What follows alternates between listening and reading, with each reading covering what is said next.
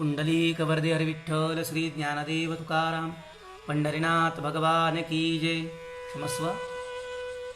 काही तांत्रिक अडचणीमुळे आपण परत आपला विषय सुरू करू. भक्ती सुधामृत पेजच्या द्वारे चालत असलेल्या या सत्संगात भक्त प्रल्हादांनी भगवंताची केलेल्या स्तुतीचा विचार आपण करत आहोत. भक्तनाथ प्रल्हादांनी ज्या वेळेला भगवंताचं ते उग्र रूप पाहिलं आणि मग ते उग्र रूप पाहिल्यानंतर भगवंताकडे आली. फार गोड स्तुती भागवतात. असे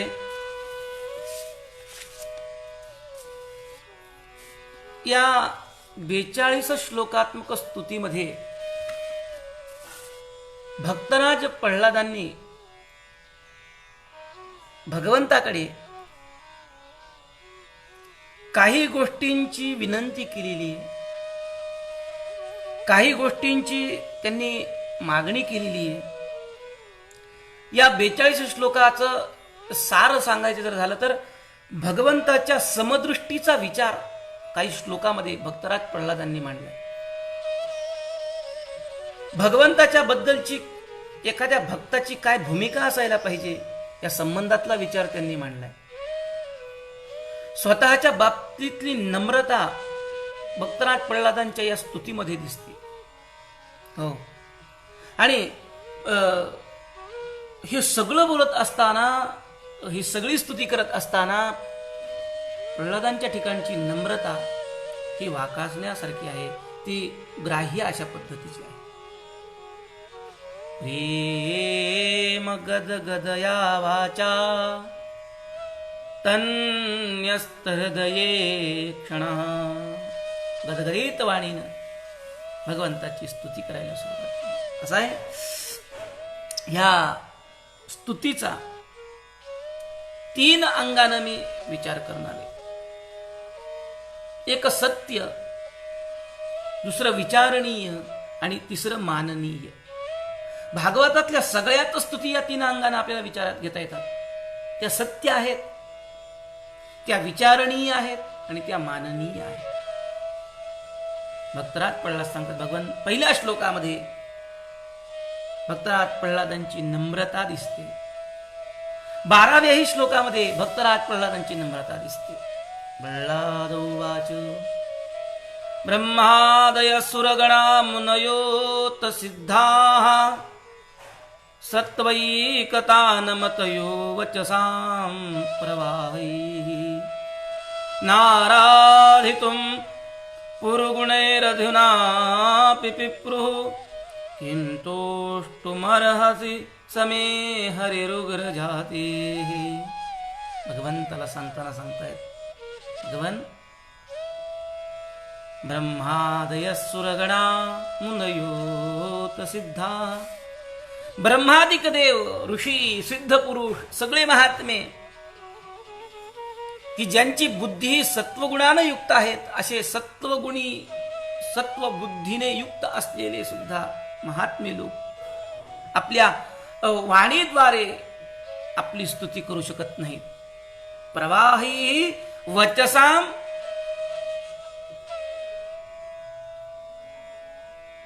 तोष्टुम न अर्हती. आपल्या प्रवाहारूपी वाणीनं हे सगळे ब्रह्मादिक देव आपली स्तुती करू शकत नाही. मग आसुर कुळामध्ये जन्माला आलेला मी, सर्वसामान्य असलेला मी आपली काय स्तुती करणार? मी आपली स्तुती करू शकत नाही.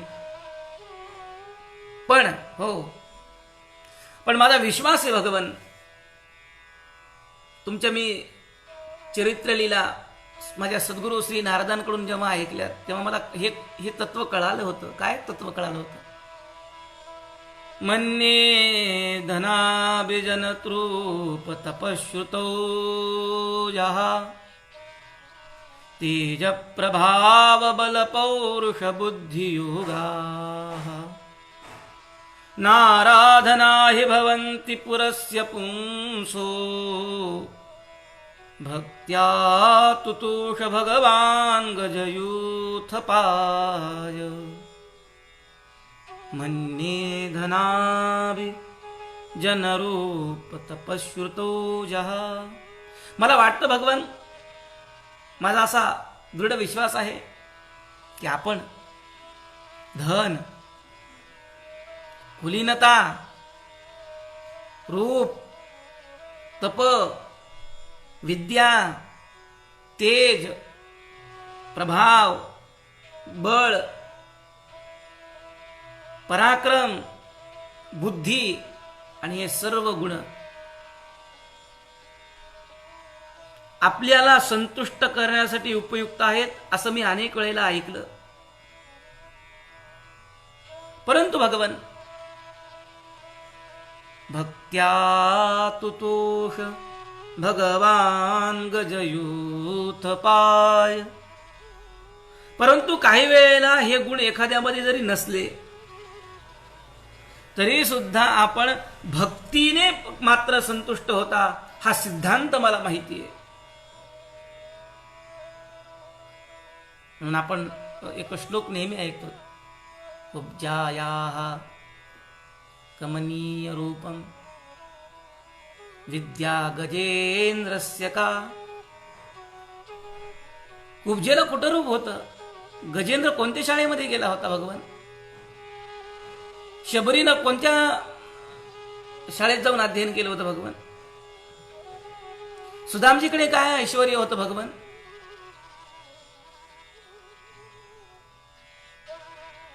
या सगळ्यांचं ज्यावेळेला आम्ही चरित्र ऐकतो, सांगतो, त्यावेळेला भगवान मला हे कळालं की धन असलं म्हणजे, कुलीनता असली म्हणजे, रूप असलं म्हणजे, तप असलं म्हणजे, बुद्धी असली म्हणजे, पराक्रम असला म्हणजे, कुलीनता असली म्हणजे आपण संतुष्ट होतात. हा एक भ्रम आहे. आपल्या संतुष्टी करता एकमेव जर साधन कोणतं असं लागत असेल तर ती भक्ती लागते. भक्तिप्रियो श्री हरी, तो भक्तिप्रिय आहे. भक्तप्रिय आणि भक्तिप्रिय असणाऱ्या परमात्म्याला बाह्य उपचारांची, बाह्य लौकिक साधनांची आवश्यकता कशी नाही हे भक्त प्रल्हाद सांगताय. आणि म्हणून भगवंताला बोलताना प्रल्हाद म्हणताय, तस्मादहं विगत विक्लव ईश्वरस्य सर्वात्मना महि गृह्णामि यथा मनीषं नीचो जया गुण विसर्ग मनुप्रविष्टा पूयेत येन हि पुमाननुवर्णितेन. म्हणून माझ्या अंतःकरणामध्ये मी कोणती शंका मनात न आणता माझ्या बुद्धीनुसार भगवान सर्व प्रकारानं तुमचा महिमा वर्णन करत आहे. आणि या माझ्या बुद्धीप्रमाणे मी तुमचा जो स्तुती करण्याचा घाट घातलेला आहे, या महिमामुळं, या स्तुतीमुळं आपण काय करा,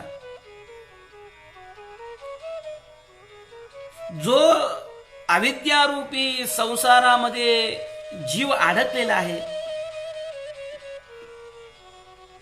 तो आपल्या स्तुतीनं पवित्र होतो, आपल्या महिमामुळे पवित्र होतो.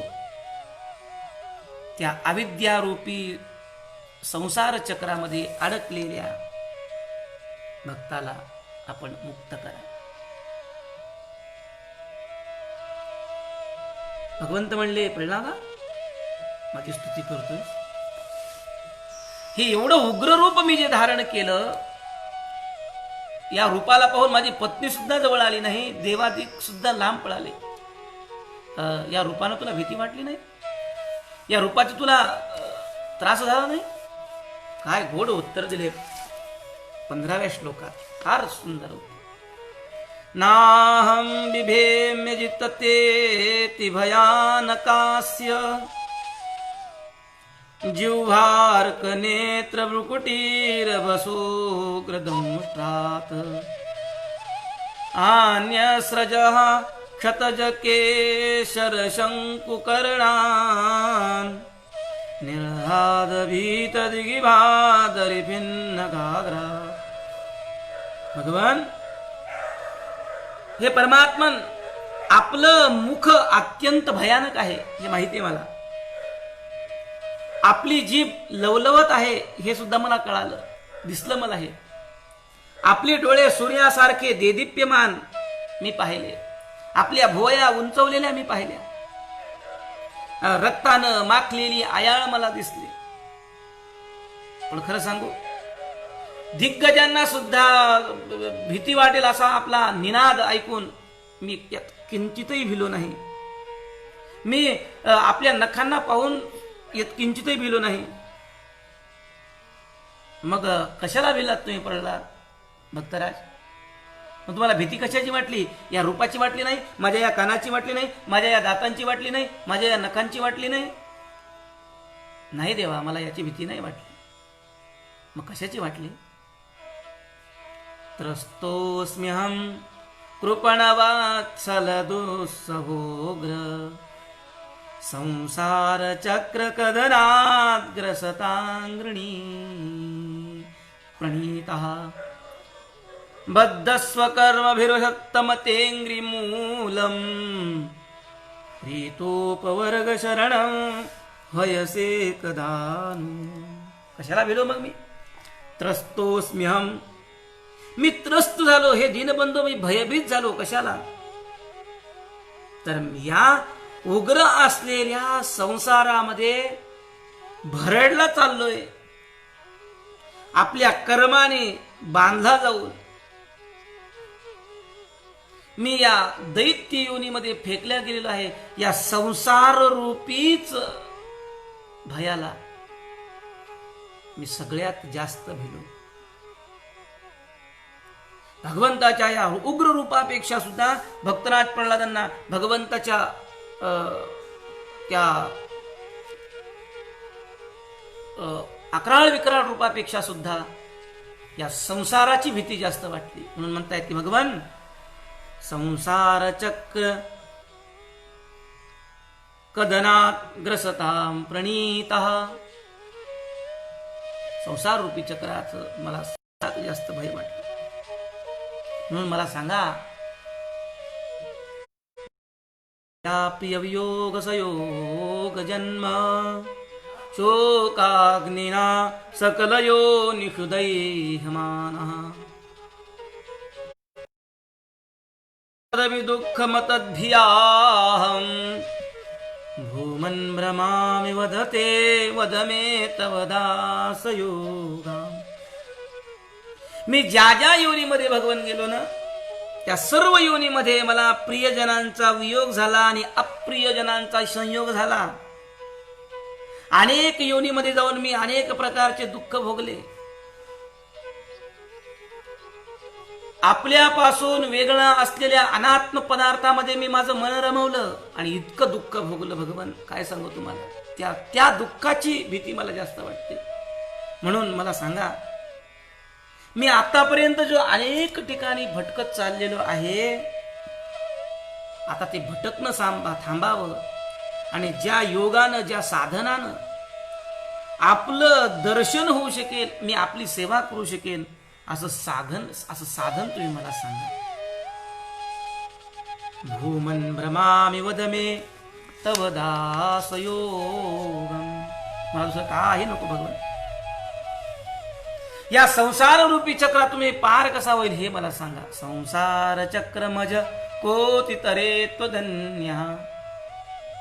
संसार रूपी चक्रातून बाहेर काढणाऱ्या तुमच्याशिवाय या जगामध्ये दुसरा कुणीही समर्थ नाहीये.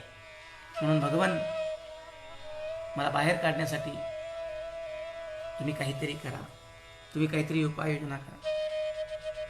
आणि म्हणून बघा पुढे, हे करण्याकरता तुम्ही मला हे माहिती आहे की संसाराच्या चक्रातून बाहेर काढण्याकरता तुमच्या पुरुषांची, साधू पुरुषांची सेवा करावी लागते, त्यांची संगती करावी लागते, त्यांचं दास व्हावं लागतं. मग ते तुमच्यापर्यंत येण्याचा मार्ग सांगतात. हे मला सगळं जाणीव आहे. पण यासाठी तुम्ही काय करा, 24व्या श्लोकामध्ये त्या दासांचा संग, दासांची सेवा, दासांचं सान्निध्य, भगवंताच्या दासांचं सान्निध्य, भक्तराज प्रल्हाद आपल्या बोलण्यातून बोलतात. तस्मादमुस्तनुभृता महिमा ज्योज्ञः आयुश्रियं विभवमैन्द्रियमाविरिञ्चात् नेच्छामि ते विलुलितानु विक्रमेण कालात्मनोपनय मां निर्जभृत्य पार्श्वम्. भगवान, संसारातील प्राणी ब्रह्मलोकापर्यंतच आयुष्य, लक्ष्मी, ऐश्वर्य आणि इंद्रिय भोग यांची इच्छा करतात, पण ते मला नकोय. तुम्ही मला हे सगळं देऊ पाहत असाल तर मला ते नकोय. ऐश्वर्य आणि इंद्रिय भोग यांची जे इच्छा करतात त्या लोकांची संगत मला नकोय, ते भोगही मला नकोय. कारण या सगळ्या भोगांना आपण अत्यंत बलाढ्य अशा काळाचं रूप घेऊन ग्रासलेलं आहे. म्हणून मला जर तुम्हाला काही द्यायचं असेल, नेच्छामि ते विलुलितानु विक्रमेण कालात् मनोपनय मां निर्जभृत्य पार्श्वम्. म्हणून आपण मला आपल्या दासांच्या सान्निध्यात ठेवा. निजभृत्य पार्श्वम, या भोगांपासून मला लांब ठेवा. या भोगांच्या जवळ मला येऊ देऊ नका. कारण असं आहे देवा, या विषयांच्या भोगांच्या गोष्टी ऐकायला फार बऱ्या वाटतात, परंतु खरं सांगू, कुत्राशिषः श्रुतिसुखा मृगतृष्णिरूपाः क्वेदङ्कलेवरमशेषरुजां विरोहा निर्विद्यते न तु जनो यदपीति विद्वान् कामानलं मधुलवयी शमयन् दुरापैः.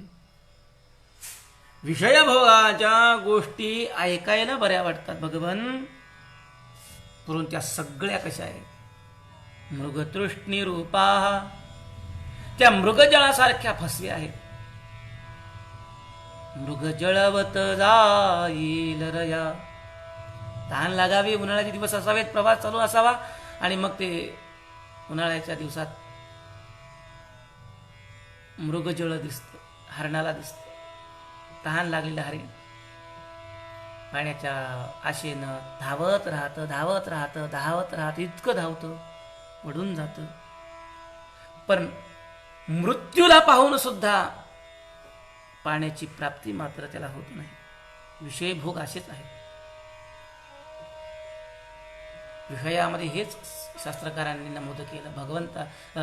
भगवंताच्या भक्तांनी, संत महात्म्यांनी हाच सिद्धांत सांगितला. विषयाचे समसुख, बिगडाची बाहुली, आभराची सावली जाईल रया. मला वाटतं दासबोधामध्ये सुद्धा आमचे विजय लाड सर आहेत, ऐकतायत, की परममूर्खाची, महामूर्खाची व्याख्या करत असताना समर्थांनी अशी केली की जो विषयामध्ये सुख मानतो तो मूर्खा माझी मूर्ख म्हणून सांगितले. जो विषय माने जे सुख, अशी उभी काहीतरी दासबोधामध्ये पाहायला मिळते.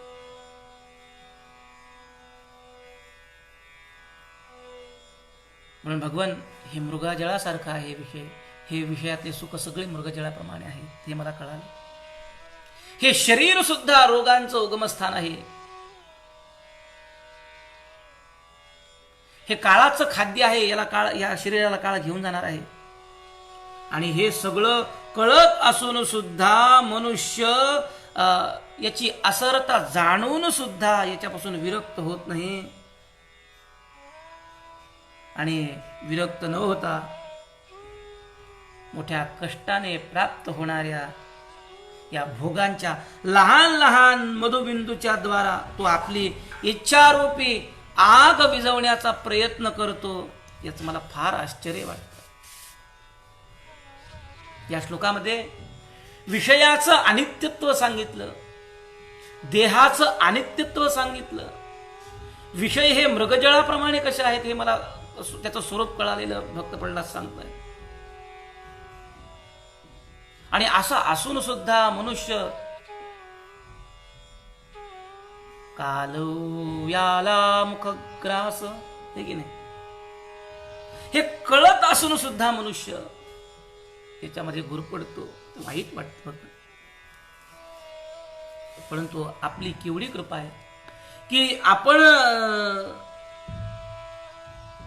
रजोवंशामध्ये जन्माला आलेल्या माझ्यासारख्यावर सुद्धा वरद हस्त ठेवला. जे चरणकमळ आपण कधी लक्ष्मीच्या मस्तकावर सुद्धा ठेवले नव्हते. यन्मेर्पित शिरसी पद्मकर प्रसाद, तो प्रसाद तुम्ही मला दिला.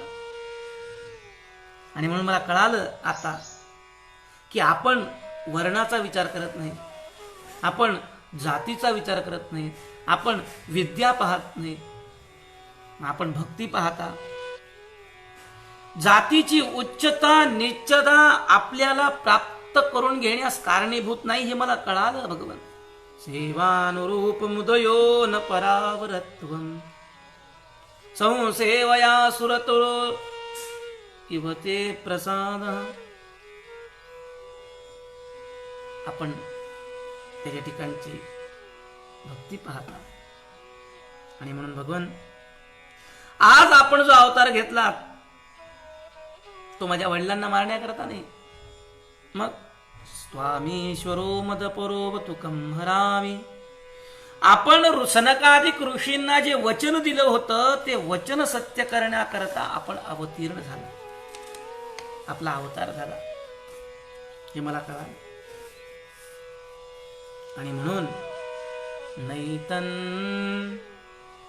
मनस्तव कथासु विकुंठनाथम संप्रीयते दुरितदुष्टमसाधु तीव्रम कामातुरम हर्षझोकभयेषणार्तम तस्मिन् कथं तव गतिं विमृशामि दीना. हे वैकुंठातनाथा, हे परमात्म्या, हे भगवंता, हे नृसिंहा, माझं मन या पाप वासनांनी कलुषित झालेलं आहे. हे माझं मन अत्यंत दोषयुक्त आहे. बघा, भक्तराज प्रल्हाद ही जी स्तुती करतायत, हे जे सांगतायत ते तुमची आमची भूमिका घेऊन बोलतायत, स्वतःवरती घेऊन बोलतायत की भगवान माझं मन फार कलुषित झालेलं आहे, माझे इंद्रिय मुळातच अत्यंत विषयासक्त आहे, दोषयुक्त आहे.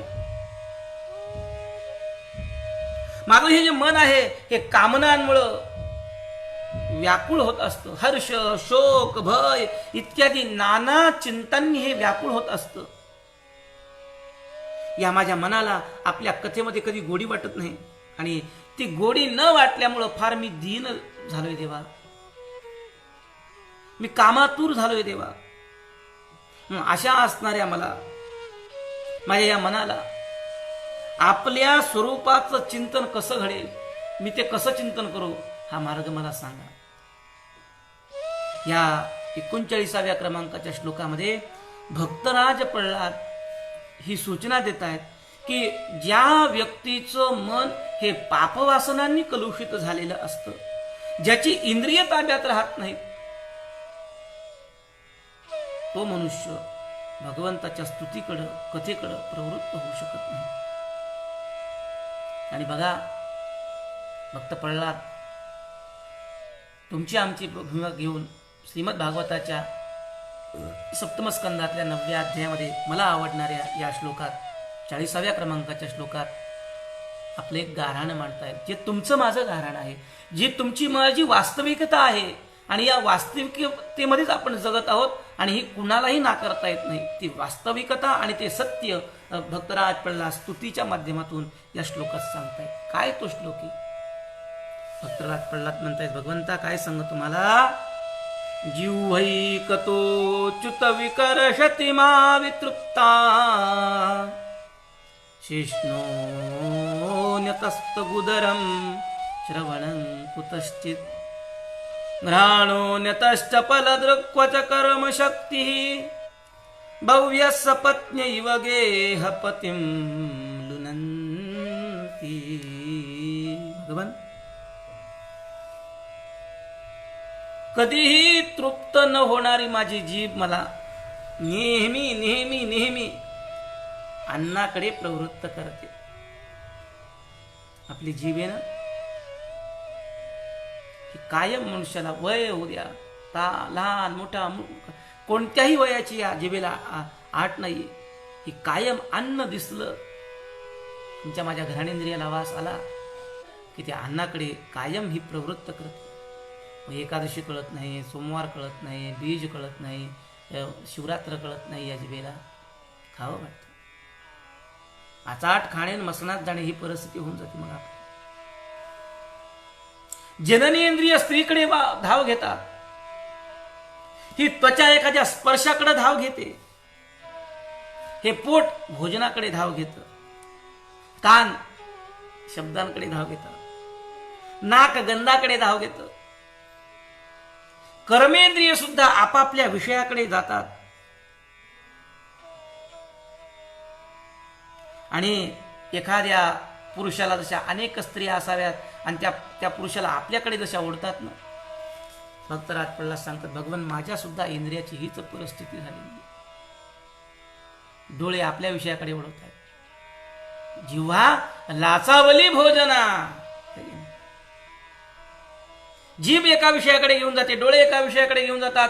दृष्टांत देताना एखाद्या पुरुषाला अनेक स्त्रिया असाव्यात आणि त्या स्त्रिया जसं त्या पुरुषाला एका स्त्रीनं हात ओढावा, पाय ओढावा, अमुक त्याला जसं त्रासून सोडावं, तो कोणत्याच स्त्रीचा आता राहू नये, अशी परिस्थिती त्या व्यक्तीच्या बाबतीत जशी होते.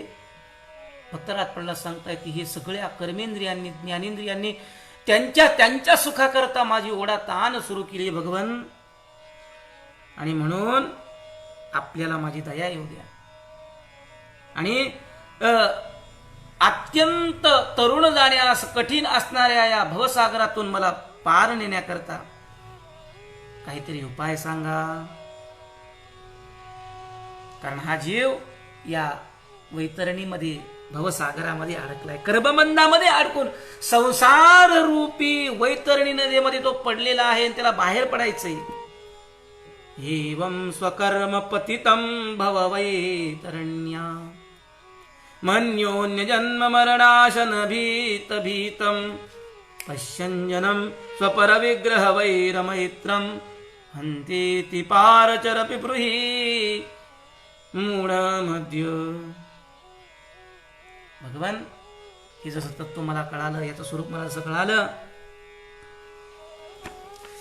तसं या जगामध्ये असे काही लोक आहेत, माया सुखाय भुरमुद्वहतो विमूढान, की ते लोक अजूनही संसाराचं ओझ वाहून आपल्या डोक्यावर चाललेले आहेत. मला त्यांची कीव येते, असं वाटतं की यांचा उद्धार केव्हा होईल, हे कधी उद्धरून जातील, त्यांचा उद्धार कधी होईल. बिचारे करतात काय, संसाराचं सुख गोड वाटलं म्हणून भोगतात. पण खरं सांगू का देवा तुम्हाला, यन्मयी तुनादि गृह मेदि सुखम हि तुच्छम कंडोयनेन करयोरिव दुःख दुःखम तृप्यन्ति नेह कृपणा बहु दुःख भाजाः कंडोति वन्मनसि जं विषयेत धीरा. गृहस्थाश्रमी असलेल्या माणसाला मैथुनाधिक धर्मातून जे सुख मिळतं त्याचा विचार जर ते केला तर ते इतकं तुच्छ सुख आहे की जसं अंगाला हाताला खाज सुटल्यानंतर खाजवल्यावर बरं वाटतं पण नंतर त्याचा त्रास होतो ना, तसं हे सुख आहे. परंतु जे आज्ञाली लोक आहेत ते पुष्कळ वेळा या सुखाचा उपभोग घेऊन सुद्धा तृप्त होत नाहीत. त्यांना खाजवावंच वाटतं, सारखं भोगावंच वाटतं, पण परिणामी ते खाजवलेलं हात जो असतो, खाजवताना आनंद गुदगुल्या होतात, पण नंतर मात्र इतकी वेदना होते. तसंच आहे विषयाच्या सुखामध्ये सुरुवातीला जितका आनंद वाटतो नंतर तितकंच दुःख आहे. भक्तराज प्रल्हाद सांगतात. परंतु भगवान जो धैर्यवान पुरुष असतो, कंडूतिवन्मनसिजं विषयेत धीरा, काय करू बहु वाटे तळमळ, आंधळी सकळ बहिर्मुख. संत महात्म्यांची तळमळ, पण आंधळी सकळ बहिर्मुख. भक्त प्रल्हाद सांगतायत.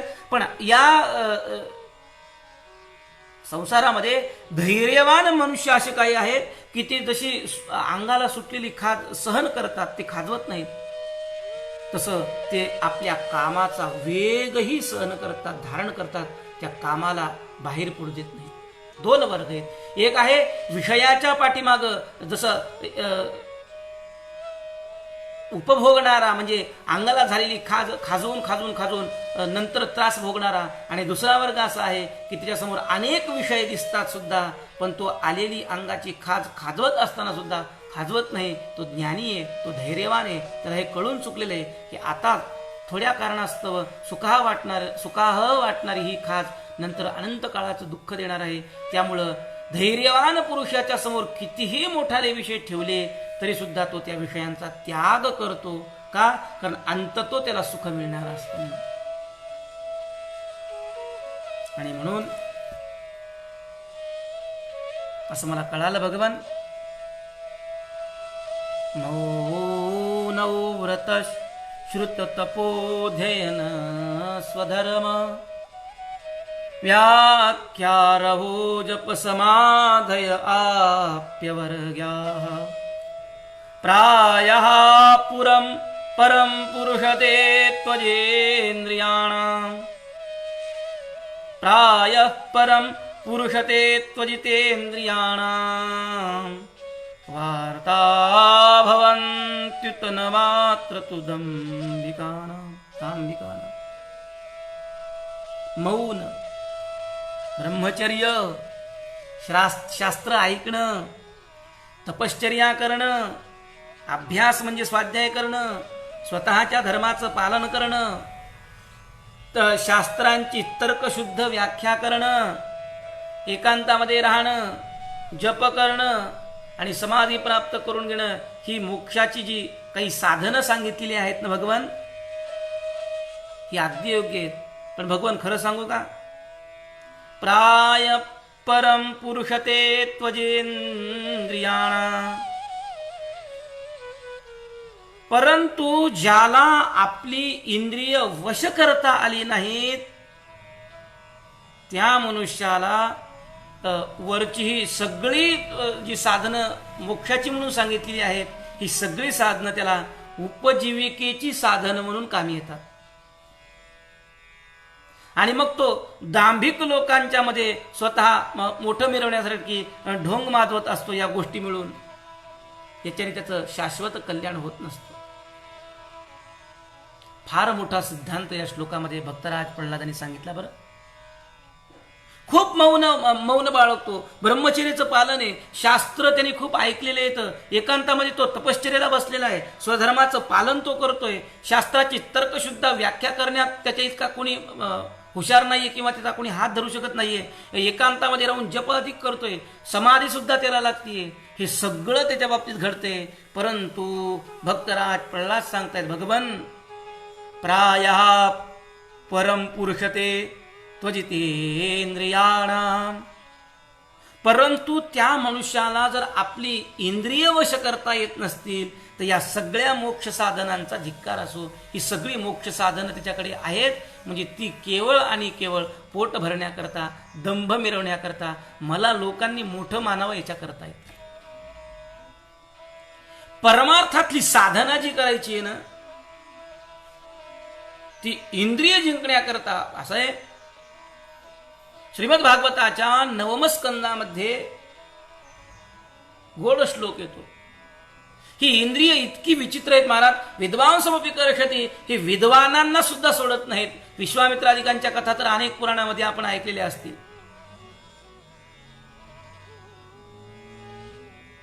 अधःपात मनुष्याचा जो होतो तो इंद्रिय न जिंकल्यामुळे. म्हणून देवहूतीनं भागवताच्या तृतीय स्कंदामध्ये हाच प्रश्न विचारला. अनेक वेळेला अनेक विषय भोगून सुद्धा माझं मन तृप्त झाले नाही, काय करू मी. निर्विण्णा नितराम भूमन असन इंद्रिय तर्षणा, हा प्रश्न आहे देवहूतीचा तृतीय स्कंदामध्ये.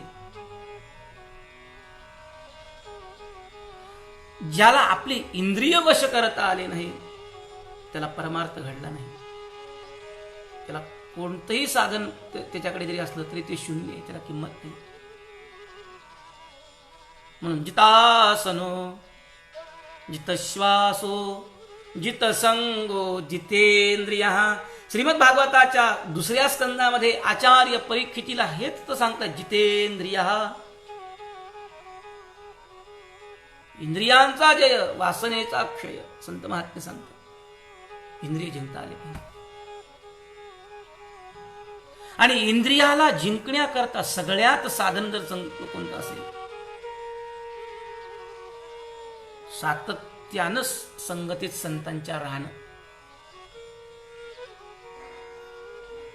सातत्यानं सद्ग्रंथाच्या संगतीत राहणं, सातत्यानं महात्म्यांच्या चिंतनात राहणं. भगवान मी तुम्हाला आता विनंती करतोय, तत्तेरत नमः स्तुती कर्म पूजा कर्म स्मृतिश्चरणयो श्रवणं कथाया संसेवया त्वयि विनेति षडंगया किं भक्तिं जनः परमहंस गतो लभेतो. हे म्हणून हे भगवंता, हे परमपूज्य ईश्वरा, नमस्कार करणं, आपली स्तुती करणं, सर्व कर्माचं समर्पण करणं 3, सेवा करणं 4, चरणकमलांचं चिंतन करणं 5 आणि आपल्या लीला कथांचं श्रवण करणं 6, ही आपल्या सेवेची 6 अंग आहेत. भगवंताच्या सेवेची 6 अंग सांगत असताना भक्तराज प्रल्हादांनी सप्तम स्कंदाच्या 9व्या अध्यायाच्या 50व्या श्लोकामध्ये ही 6 अंग सांगितली. नमस्कार करणं ही भगवंताच्या सेवेचं अंग आहे. स्तुती करणं, केलेलं कर्म अर्पण करणं, त्यांच्या चरणकमलाचं चिंतन करणं, त्यांच्या लीलाकथांचं श्रवण करणं, ही सगळी भगवंताची सेवेची अंग आहेत. म्हणून भगवान या सेवेशिवाय, या साधना व्यतिरिक्त परमहंसांचं सर्वस्व असणाऱ्या आपल्याला प्राप्त करून घेण्याकरता आपली भक्ती मला कशी प्राप्त होईल, हा प्रश्न भक्तराज प्रल्हादांनी विचारला. मुळात असुर कुळातला आहे मी,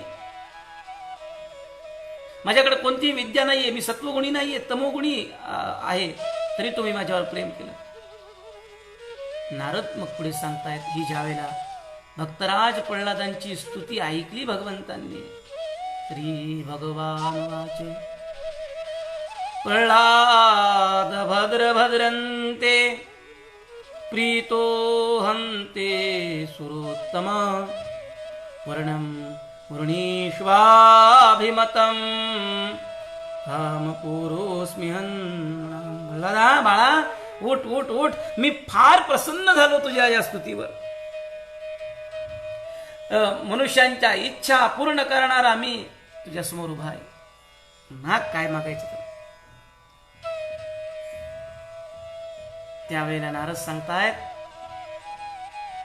असुर कुलाचं भूषण असणारा भक्त प्रल्हाद, जो भगवंताचा अनन्य भक्त होता, लोकांना मोह ज्या वस्तूंचा पडतो, अशा पडणाऱ्या वस्तूंचं प्रलोभन दाखवून सुद्धा भगवंताकडे त्यानं कोणतीही इच्छा व्यक्त केली नाही, काही मागितलं नाही. भगवंत त्याच्या स्तुतीनं प्रसन्न झाले, अनेक आशीर्वाद दिले. मग पुढच्या अध्यायामध्ये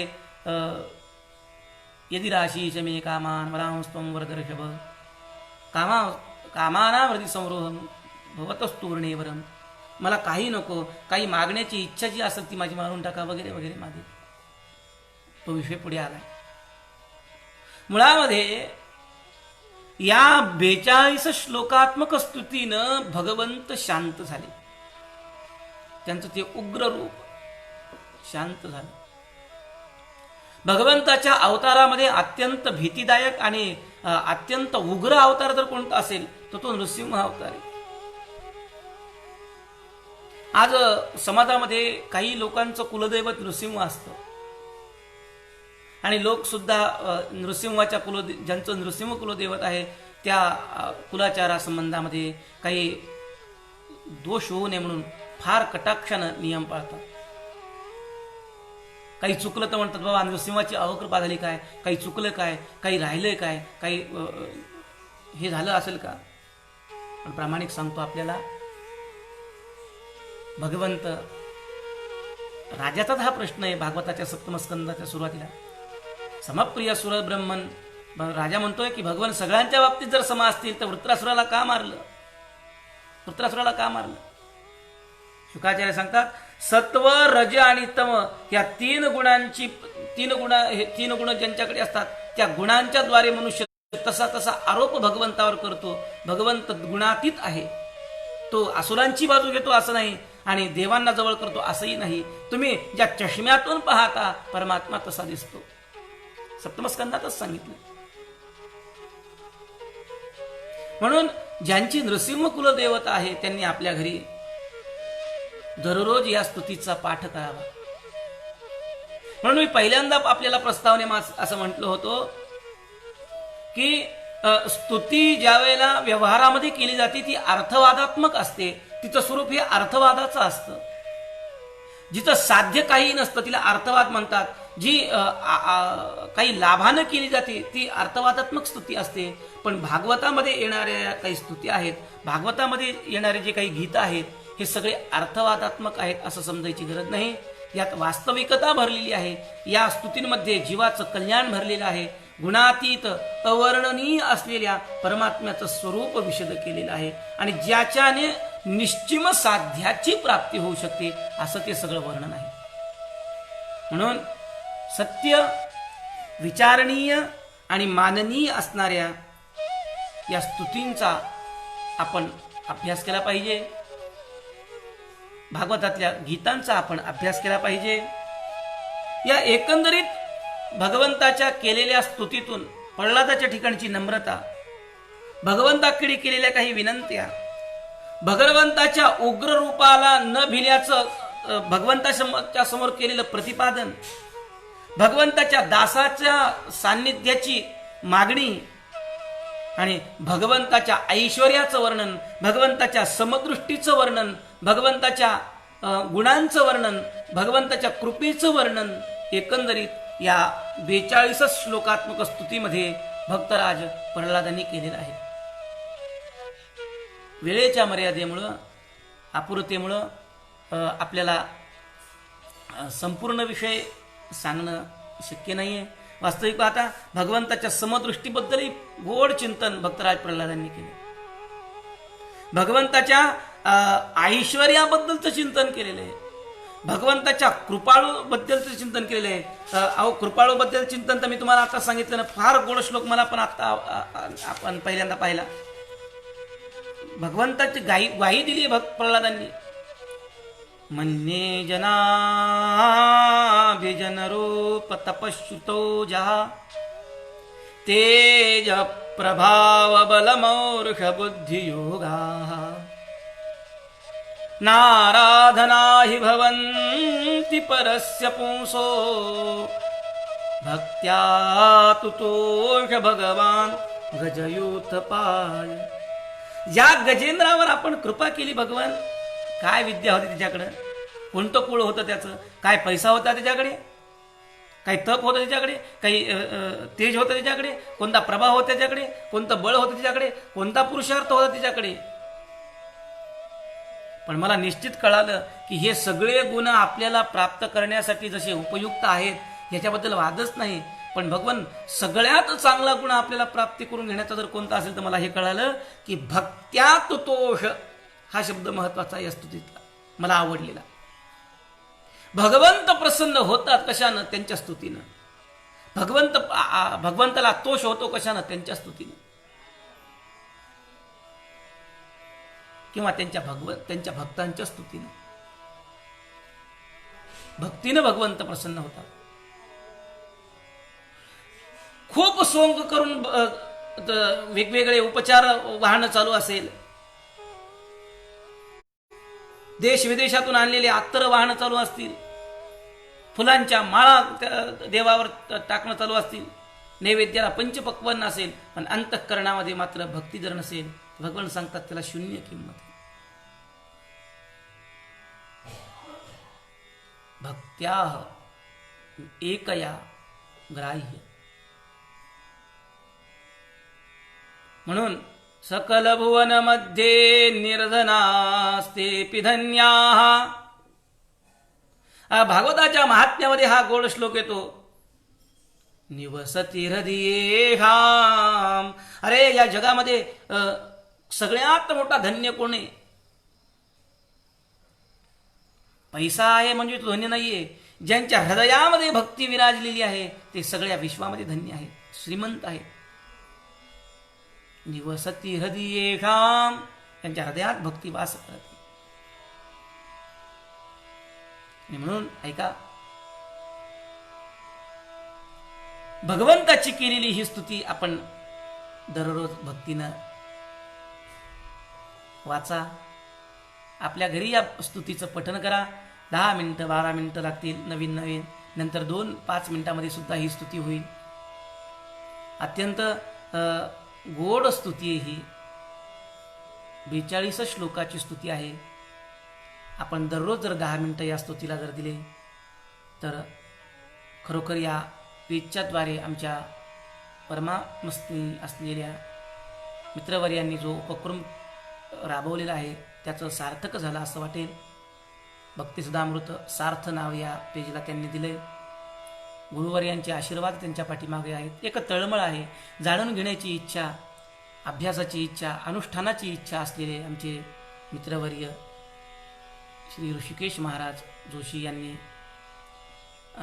या पेजला काही दिवसापासून सुरुवात केली आहे. अनेक मातब्बर अशा विद्वानांची पुढे पुढे पुढे पुढे त्यांनी प्रवचन ठेवले. काल परवा आमच्या मित्रांचं त्यांनी विवेचन ठेवलं. अनेक वक्त्यांचे सुद्धा भागवतातील गीत आणि स्तुत्यांवर त्यांनी विचार ठेवलेले आहेत. आपण सर्वांनी त्यांचा लाभ घ्या. भक्तिसुधामृत या पेजला लाईक करा. लाभ किंवा प्रसिद्धी ह्या कोणत्याही हेतून आमचं संत समागम पेज असो की आमच्या मित्रवर्यांचं भक्तिसुधामृत पेज असो, हा हेतू आम्ही समोर न ठेवता अप्रत्यक्ष जे विषय कधी आपण ऐकले नाहीत, फक्त विषय आहेत एवढं माहिती आहे, पण त्या विषयांचं बारकाव्यानं चिंतन व्हावं हा सदहेतू फक्त आमचा आहे. आमच्या संत समागम पेजचा सुद्धा हाच उद्देश आहे. समर्थांचं वाङ्मय घराघरापर्यंत जावं या हेतून आम्ही त्या विषयाला, त्या पेजला एक आयाम दिलेला आहे. आमचे मित्रवर्य श्री ऋषिकेश जोशी यांनी फार सुंदर, मला फार त्यांचं कौतुक म्हणा किंवा कुतूहल असं वाटतं की त्यांनी अशा विषयाला आता हात घातलेला आहे की खरोखर भागवत सांगत असताना आम्हाला चरित्रच सांगायला वेळ कमी पडतो आणि त्यातल्या त्यात संगीत भागवत असेल तर आम्हाला अर्धा वेळ संगीतामध्ये जातो. मी निंदा करतोय असं नाही. आणि त्या गडबडीत आम्हाला एखाद्या स्तुतीबद्दल सविस्तर बोलायचं जर झालं तर मुळात आमचा अभ्यास नसतो आणि समोरच्याची ती मानसिकता नसते आणि वेळेची अभावता असते. या सगळ्या गोष्टीमुळे आपण त्याला न्याय देऊ शकत नाही. पण खऱ्या या कोरोनारूपी महाविषाणूनं, या असुरानं लॉकडाऊनच्या काळामध्ये आम्हाला विचार करण्याकरता, चिंतन करण्याकरता एक फार मोठी संधी उपलब्ध करून दिलेली आहे. या संधीचं सोनं आपण करून घेतलं पाहिजे. या पेजच्या माध्यमातून चालणाऱ्या दररोजच्या स्तुती गीतं आपण आवर्जून ऐका. झालेली सेवा मी भगवान श्री नरसिंहांच्या चरणी समर्पित करतो. सर्व गुरु असलेल्या माझ्या मित्रवर्यांच्या ठिकाणी गुरुवर्यांच्या ठिकाणी समर्पित करतो. जे काही चांगलं आहे ते निश्चित भगवंताचं आणि सद्गुरूंचं आहे. वाणीचा दोष आणि काही बोलण्याच्या ओघामध्ये अपशब्द जर झाले असतील तर मोठ्या उदार अंतःकरणाने आपण माफ करा एवढी इच्छा व्यक्त करून या ठिकाणी संपतो. गोपाल कृष्ण भगवान की जय.